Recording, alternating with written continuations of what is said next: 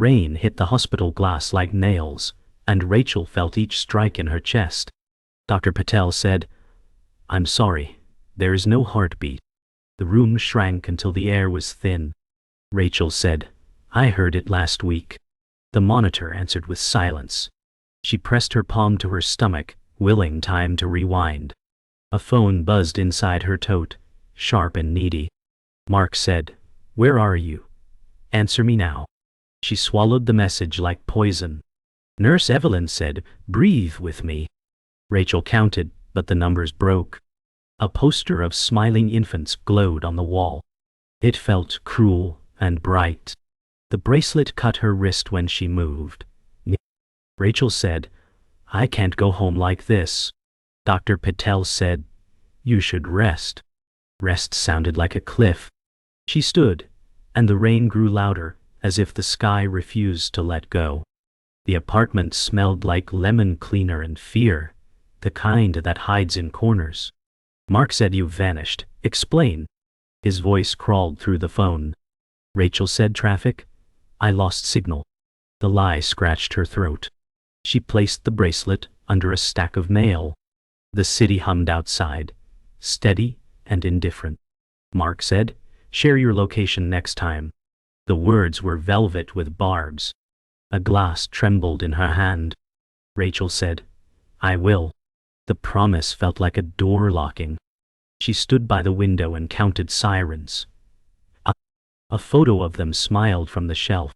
It looked like strangers playing dress-up. Rachel said, "I need quiet." The room gave her none, only a thin echo. Morning found the cafe smelling of burnt sugar and relief that did not last. Maya said, "You look pale." Rachel said, "Didn't sleep." She stirred a cup long after the foam died. Sunlight painted her hands in gold. Maya said, "Come to my place tonight." The kindness hit like a bruise. Rachel said, "Mark planned dinner." The spoon clinked, loud as a bell. A stroller squeaked by. A baby yawned wide and unbothered.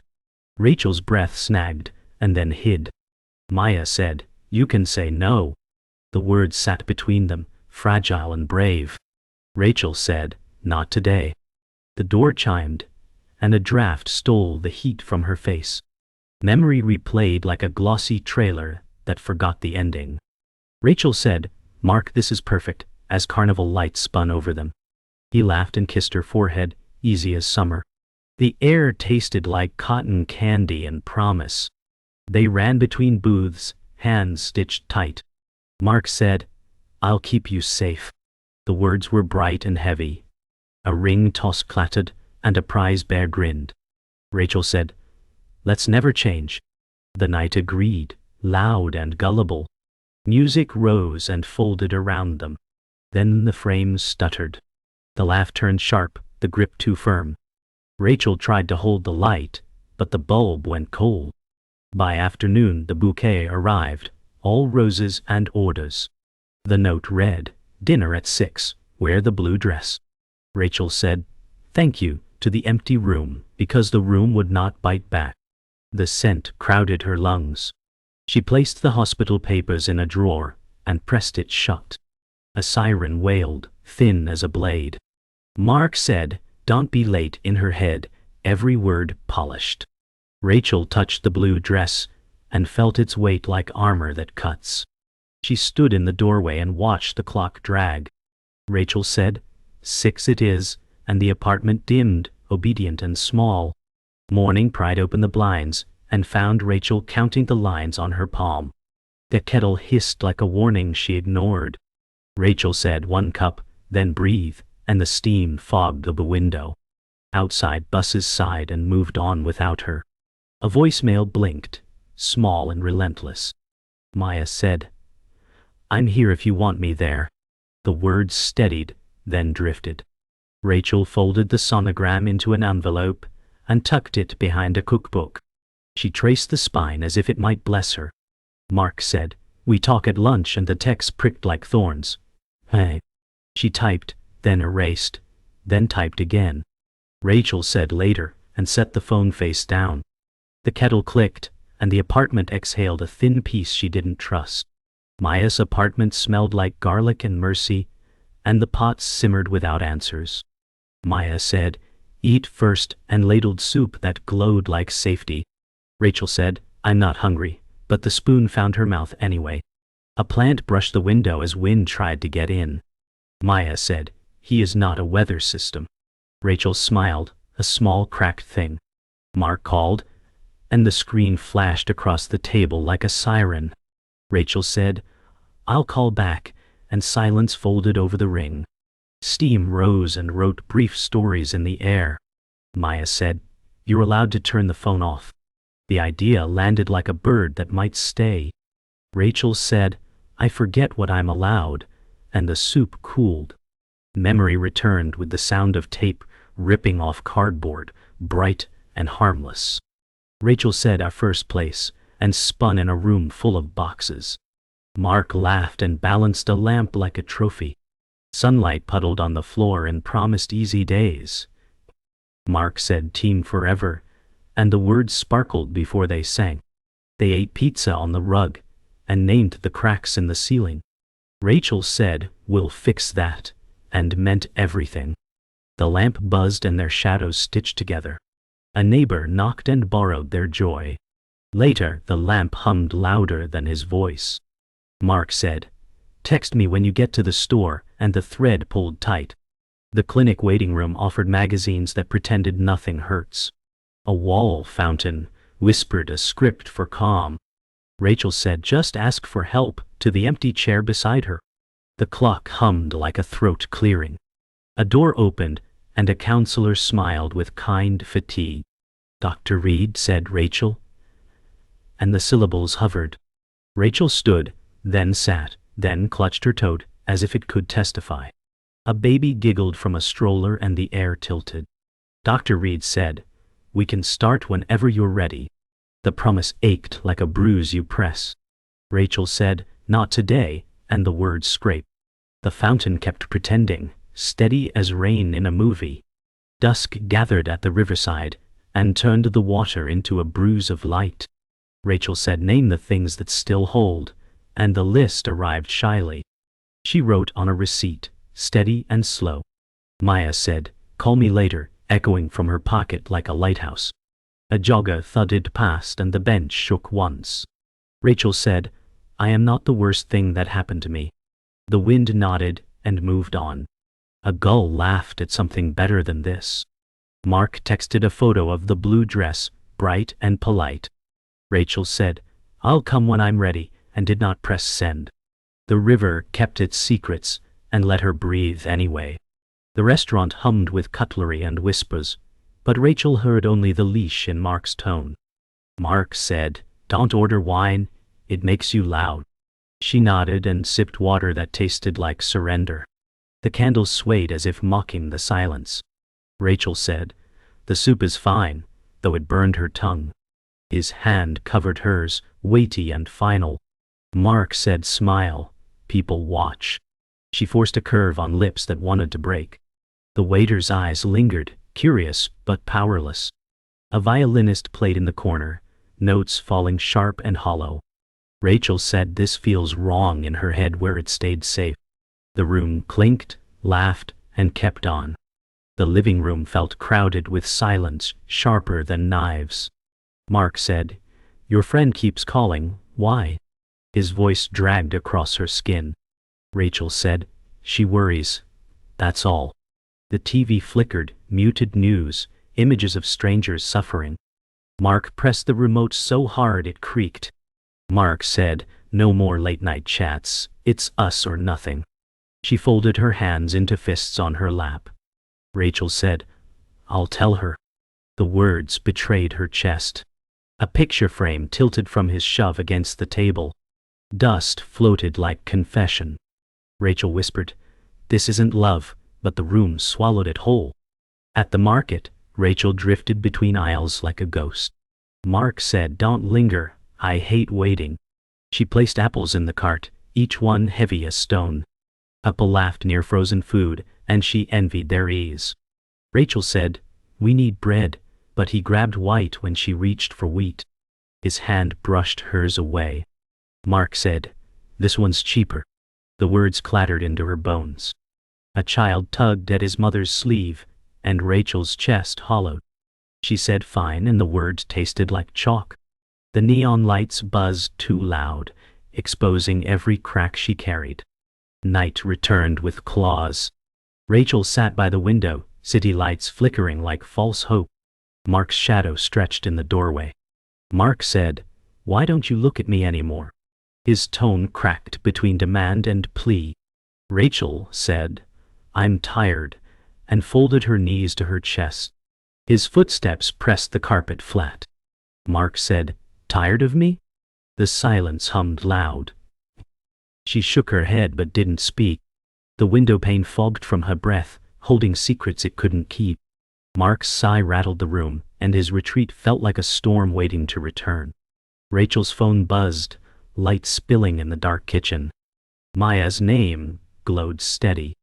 Rachel whispered, "Please don't," as Mark's footsteps neared. He said, "Who is it?" with suspicion sharp as glass.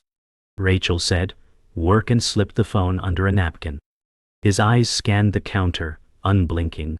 Mark said, "Show me." She handed it over, pulse hammering. He scrolled, frown deepening with each line unseen by her. Rachel's chest ached as if the room shrank. Mark said, "No more lies." The word lies cracked like a whip. She nodded, small as dust, and silence ate what was left. The party lights blurred against Rachel's skin as laughter sharpened around her. Mark said, "Don't embarrass me," teeth hidden behind a smile aimed at strangers. She held her glass like a shield, wine trembling inside. Rachel whispered, "I just greeted Maya," but the words barely cleared her lips. His hand squeezed her arm beneath the table, grip polite in public, punishing in secret. A man toasted nearby, glasses clinking like bells. Rachel forced a laugh that cracked. Mark said, "Keep your place," before turning to charm the crowd again. She stared at the chandelier, searching for mercy in the glitter, and found none. Rain hammered the car roof as silence pressed heavier than steel. Mark said, "Why do you always look guilty?" His hands locked on the steering wheel. Rachel said, "I'm just tired," eyes fixed on water sliding across glass. The wipers groaned, clearing nothing. His glare lit the car brighter than headlights. Mark said, "You're hiding something," and slammed the dashboard. Rachel's chest snapped with the sound. She whispered, "I can't breathe," but the storm stole the words.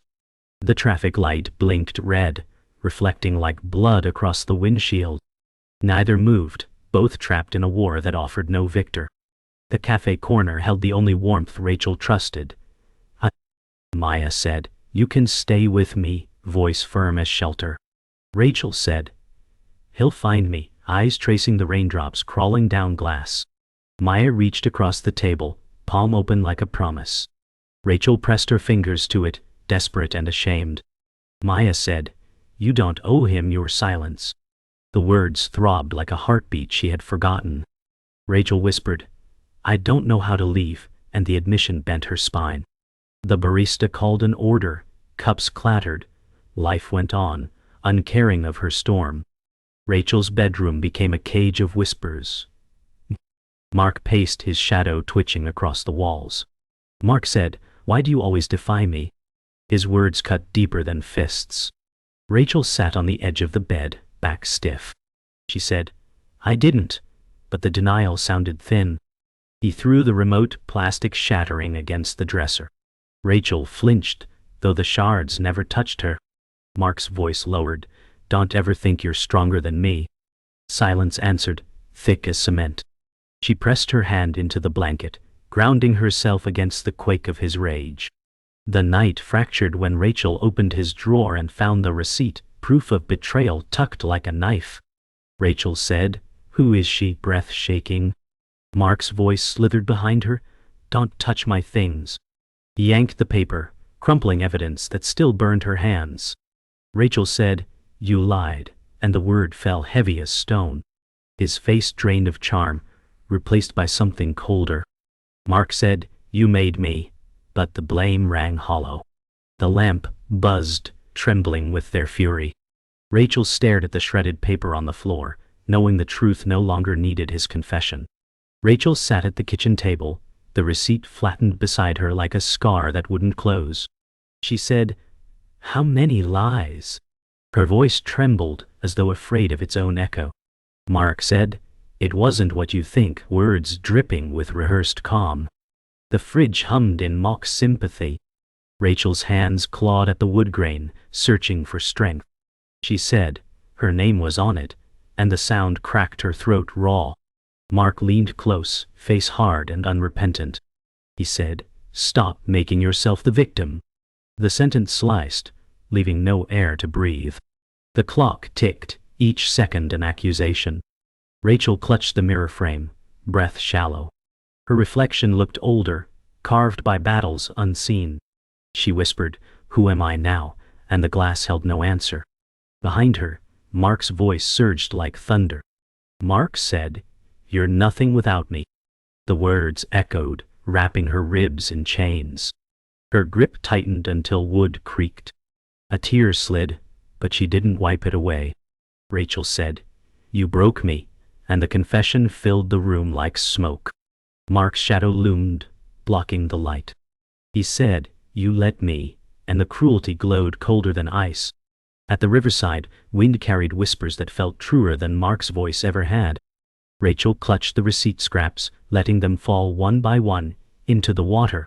She said, "Take it," and the river obeyed. Maya's voice lingered in memory, steady and warm. Maya had said, "You are more than what he takes." Rachel's chest cracked open with the weight of those words. She pressed a hand against the railing, grounding herself. The sky bruised purple with storm clouds, matching her heart. Rachel whispered, "I will not vanish," and for the first time the words did not dissolve. Rachel sat in Maya's apartment, the soup untouched, steam fading like hope. Maya said, "Stay here, he won't find you." Rachel said, "He always finds me," and her voice cracked like glass. Maya took her hand, warmth against frost. She said, "You can end this." Rachel looked down, shame burning her throat. She whispered, "I don't know how." Maya's grip tightened, fierce and unyielding. Maya said, "Then I'll help you learn." Rachel felt the sentence bury itself in her bones, stubborn and alive. The lamp hummed above them, steady as a heartbeat. The storm broke inside Rachel's chest when Mark confronted her in the hallway. Mark said, "You think you can leave me?" His voice cracked like thunder. Rachel pressed her back against the door, trembling. She whispered, "Yes," though the word nearly drowned. His hand slammed the wall beside her head, plaster shivering. He said, "You're mine," the words heavy as iron. Rachel met his stare, her breath shallow. She said, "Not anymore," and the sentence rose like fire. For the first time, Mark's eyes flickered with doubt. Silence cracked open the night, raw and terrifying. The living room turned into a battlefield. Shadows stretched across the walls like claws. Mark said, "You think you can walk out?" His tone burned hotter than fire. Rachel stood near the couch, fists trembling. She said, "I can." The words felt heavier than bricks. His laugh broke like glass against the air. He stepped closer, and she felt the walls squeeze in. Rachel said, "This ends now," and her voice cracked but didn't break. Mark shouted, "You'll regret this." His face twisted with rage. The silence that followed was louder than any scream, cutting the night apart. The hallway echoed with Mark's footsteps as Rachel backed away, spine pressed against the wallpaper. He said, "Say you're mine." The demand cracked through her like thunder. Rachel shook her head, tears burning her cheeks. She whispered, "No," and the word rang sharp. His fist struck the wall, plaster falling like snow. Rachel's breath caught, but her eyes locked on his. Mark growled, "Don't test me," but her silence was louder. Her chest rose, defiance bleeding into her fear. She whispered, "I don't belong to you," and the truth finally carved through the night. Rachel retreated into the kitchen, glass crunching under her shoes from the shattered frame. Mark said, "You can't survive without me." His breath sharp, teeth clenched. Rachel's hands shook as she gripped the counter for balance. She said, "I already am." The sentence trembled but grew stronger. His eyes narrowed, storm brewing in them. The fluorescent light above buzzed like a warning. Rachel whispered, "You don't own me," and the words tasted like freedom she hadn't known. He slammed a chair aside, wood scraping the tiles. The house shook, but Rachel stood firm, refusing to crumble. Rachel's chest thundered as she faced him, heart rattling louder than the storm outside. Mark shouted, "You're weak without me." His face twisted with venom. Rachel raised her chin, voice breaking into strength. She said, "I'm stronger without you." The words cut like knives, splitting the air. His body froze just for a moment, doubt flickering in his eyes. The silence afterward cracked under the weight of her defiance. Rachel said, "You will not break me again," every word pulling blood from old wounds. Mark's jaw clenched, but the power shifted, fragile and fierce in her hands. The storm outside roared, but Rachel's voice was louder. She said, "I'm leaving," and the sentence shook the walls. Mark's rage curdled into silence. He whispered, "You won't survive." Rachel stepped past him, every stride a rebellion. Her breath came sharp, but her spine was unbent. The door stood open, rain spilling inside like salvation. Rachel whispered, "Watch me," and stepped into the downpour. The storm swallowed her whole, but for the first time she felt unchained. Behind her the house groaned with secrets, but Rachel no longer carried them. The rain eased into silence, leaving the streets shining like mirrors. Rachel's shoes splashed lightly in the shallow puddles as her steps carried her forward, unsteady but alive. She whispered, one breath at a time, and the night listened without judgment. The air smelled of wet asphalt, a mix of steel and soil, carrying the sting of the storm. Street lights flickered overhead, their glow fractured across the pavement like fractured promises. Each drop sliding from her hair felt like baptism, a cleansing no priest had ever offered. Her body ached, bones still heavy with battle, but her spine stood taller than before. She thought of Maya's voice, steady as a compass, and clung to it like lifeline. Rachel said, "I'm still here," and the truth struck deeper than any wound. The city roared faintly in the distance, indifferent yet vast, but for the first time, she belonged to herself. Rachel sat at Maya's kitchen table, her hands wrapped tightly around a mug that had gone cold. The steam had faded, but her pulse still trembled in her wrists. Maya said, "You did it," her voice soft but fierce, as if daring Rachel to believe. Rachel's eyes lowered, a shadow falling across her face. She whispered, "It doesn't feel like victory," and her words clung to the air like smoke. The silence between them wasn't heavy, but tender, a pause filled with quiet care. Maya reached across, her hand covering Rachel's, warm and steady as sunrise. Rachel said, "I don't know how to start again," and the admission fell heavy, brittle as glass. Maya answered, "Start small. Start with breathing," her tone calm, patient, unshakable. The clock ticked gently on the wall, each second unhurried, no longer an enemy. For the first time in years, Rachel allowed herself to imagine tomorrow, fragile but possible. Rachel returned to the riverside, where the scraps of her past had once drifted into darkness.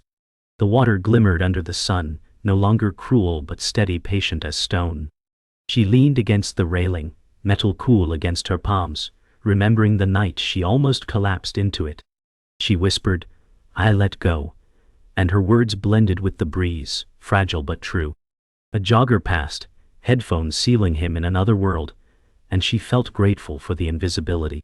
She touched her chest, feeling the slow rhythm of her heartbeat. Rachel said, "I choose me," the syllables steady, unshaken, claiming her name as her own. A gull sliced through the sky, its wings beating against silence. She exhaled, the sound less like sorrow, more like release. For the first time in years, Rachel's chest expanded with something close to hope, not perfect but alive. Rachel sat across from Dr. Reed, the counselor's office warmer than she remembered. The faint smell of lavender mixed with paper and ink, grounding her in the room. Dr. Reed said, "You're safe now," her voice steady as stone, neither pitying nor soft. Rachel nodded, eyes wet but unbroken, her hands clenched in her lap. She whispered, "I don't feel safe yet," and the words trembled like a fragile bridge. Dr. Reed leaned forward, her presence calm. "That will come. Healing isn't quick," she said, each word carrying weight. Rachel's chest trembled with the word healing, the syllables sharp, but filled with promise. She admitted, "I thought I was weak," her shame cracking like brittle glass. Dr. Reed answered, "No, you survived. That takes strength," her tone unwavering. The silence that followed wasn't heavy but alive, fertile soil where a seed of hope could finally grow. Night draped itself over Maya's apartment as Rachel stood by the wide window, the city glowing below like a restless constellation.